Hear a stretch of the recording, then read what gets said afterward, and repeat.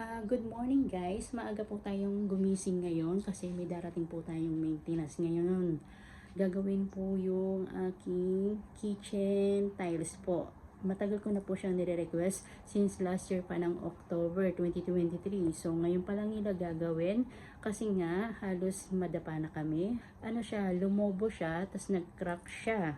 So maliit lang siya hanggang sa lumaki. Ngayon, ilang beses ako pumunta sa office para mag-request nga ng repair nun. So, ngayon nila gagawin. So, ipapakita ko sa inyo yung sira nung sinasabi ko sa inyo.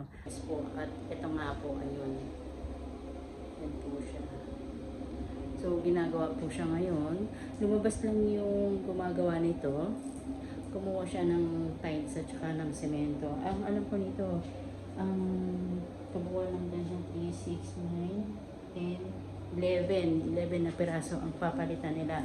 Hindi siya same color, pero sabi nila, malapit na rin doon sa kulay na yun kasi wala na silang stock na katulad nitong dating kulay ng tiles na to. So, wala na silang stock. So, sabi nila, papalitan nila ng medyo ibang kulay. So, pumayag na rin ako kasi kung hindi ako papayag, so matatagalan pa to. Halos kasi last year ko pa to ni-request. Ngayon, walang nagre-response. So, ilang beses ako pumunta sa office para palitan kasi lagi kaming nadadapa or nadudulas dito sa tiles na to kasi lumobo siya, tapos nag-crack siya.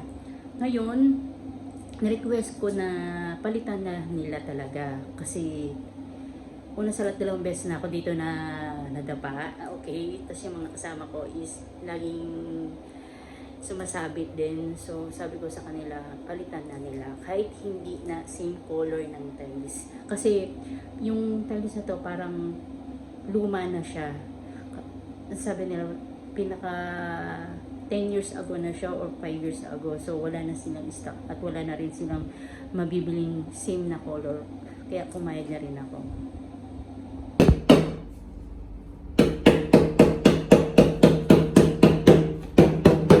It's same color, brother? Same color? Same color.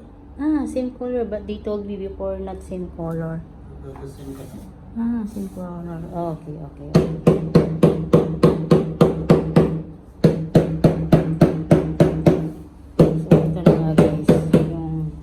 Pinalitan nila. Kinakabit na nila yung tiles. So, hello guys. Ito na po yung natapos nila. Di ba sabi nila before is papalitan nila na hindi same color. Pero, tingnan mo. Meron pala silang stock na same color. So, ayan na siya. Napalitan na siya guys. So, tapos na siya. Thank you for watching.